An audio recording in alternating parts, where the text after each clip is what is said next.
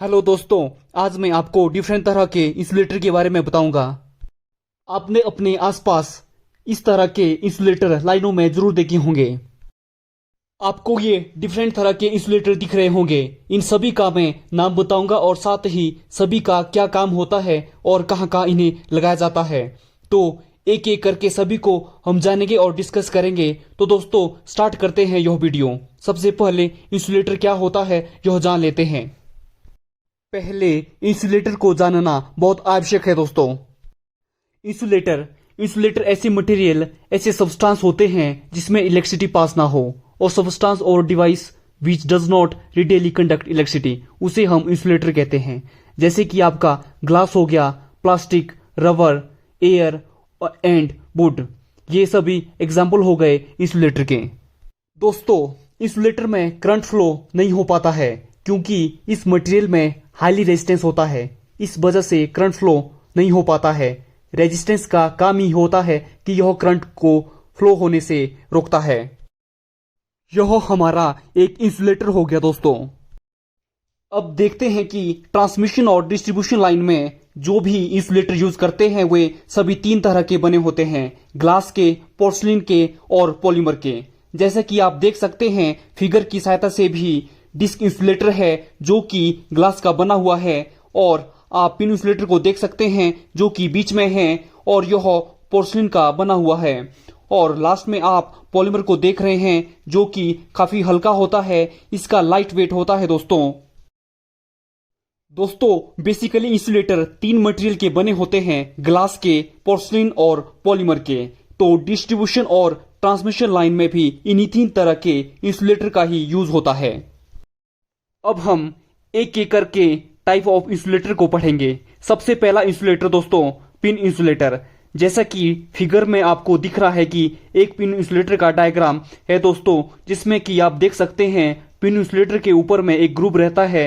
यहां पर ही आपका कंडक्टर को स्ट्रिंग करेंगे और इसी के ऊपर से ही आपका कंडक्टर की वाइंडिंग की जाती है ताकि कंडक्टर पिन इंसुलेटर से पक्का बंधा रहे। पिन इंसुलेटर को हम अप टू 33 केवी तक यूज कर सकते हैं। In pin insulator conductor wire is pass through this grooves by binding with the same wire as of conductor. जब भी दोस्तों इस ग्रुप के ऊपर से कंडक्टर को पास कराया जाता है, उसके बाद इसके ऊपर वाइंडिंग की जाती है। वाइंडिंग इसलिए की जाती है ताकि इस ग्रुप से कंडक्टर निकले ना, इसलिए उसको इस ग्रुप से पास कराते हैं उसी तार से जिस तार को हम इस इंसुलेटर से पास करवाते हैं। कहने का मतलब यह है कि दोस्तों आप वाइंडिंग उसी तार से करोगे जो कि आप इंसुलेटर से पास करवाएंगे, वह सेम कंडक्टर होना चाहिए।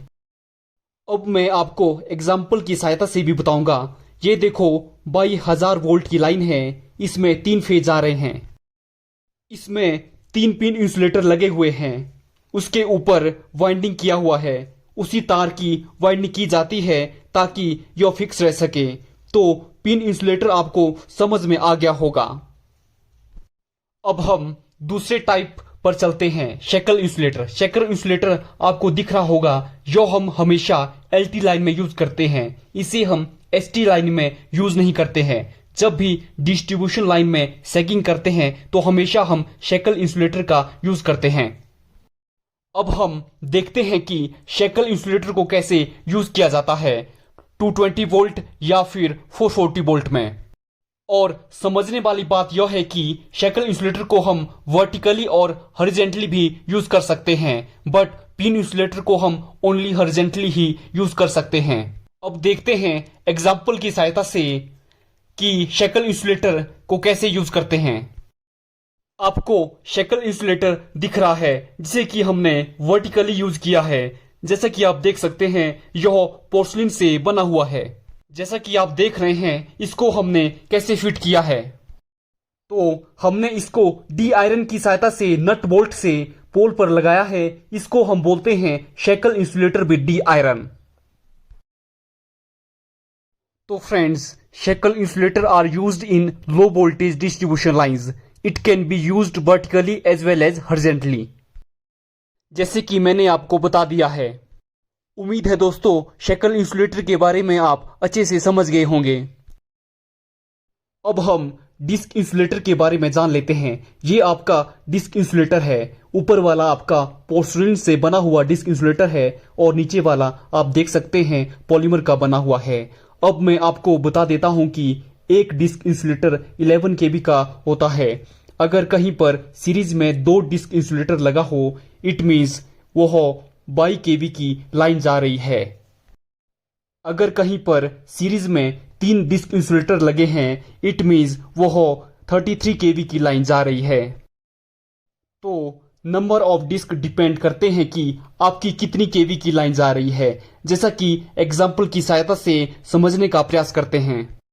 फिगर में आपको दिख रहा होगा कि आर फेज में 2 डिस्क इंसुलेटर लगे हैं, वाई फेज में 2 डिस्क इंसुलेटर लगे हैं और बी फेज में 2 ही डिस्क इंसुलेटर लगे हैं। तो यह 22 kV की लाइन जा रही है। मैंने कैसे पहचाना दोस्तों कि हर डिस्क इंसुलेटर 11 kV का होता है, जैसे कि मैंने पहले बता दिया है।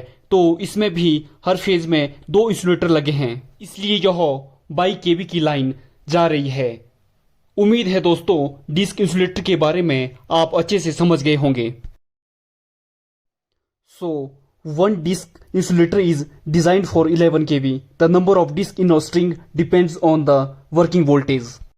जैसे कि आपको मैंने पोर्सिलिन इंसुलेटर के बारे में बता दिया है। अब आप देख सकते हैं कि डबल पोर स्ट्रक्चर में पॉलीमर इंसुलेटर लगा हुआ है। तो इस तरह से हमारा पॉलीमर डिस्क इंसुलेटर होता है। अब हम एक और टाइप के इंसुलेटर के बारे में जानते हैं, सस्पेंशन इंसुलेटर। सस्पेंशन इंसुलेटर हमेशा हाई वोल्टेज में यूज करते हैं, मतलब 33 kV तक तो डिस्क इंसुलेटर यूज कर सकते हैं।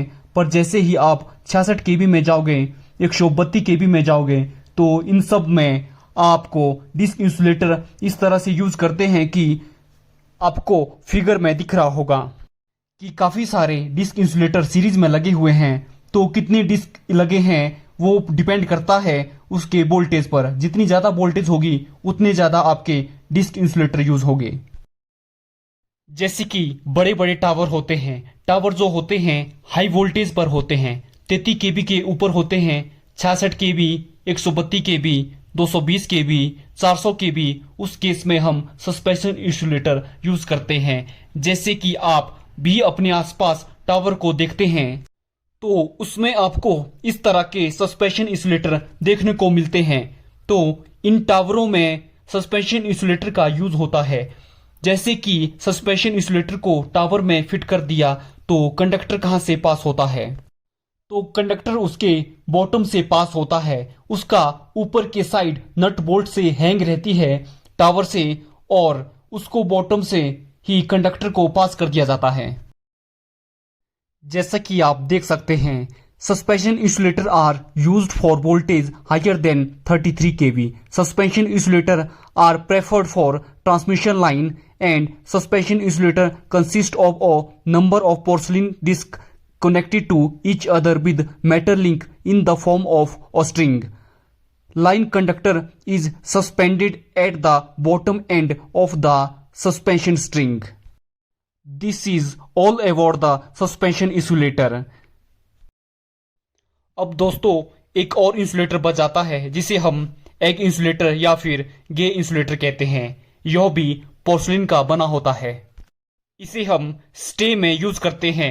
मान लो आपके एलटी या फिर एसटी स्टे में लीकेज करंट आ जाती है।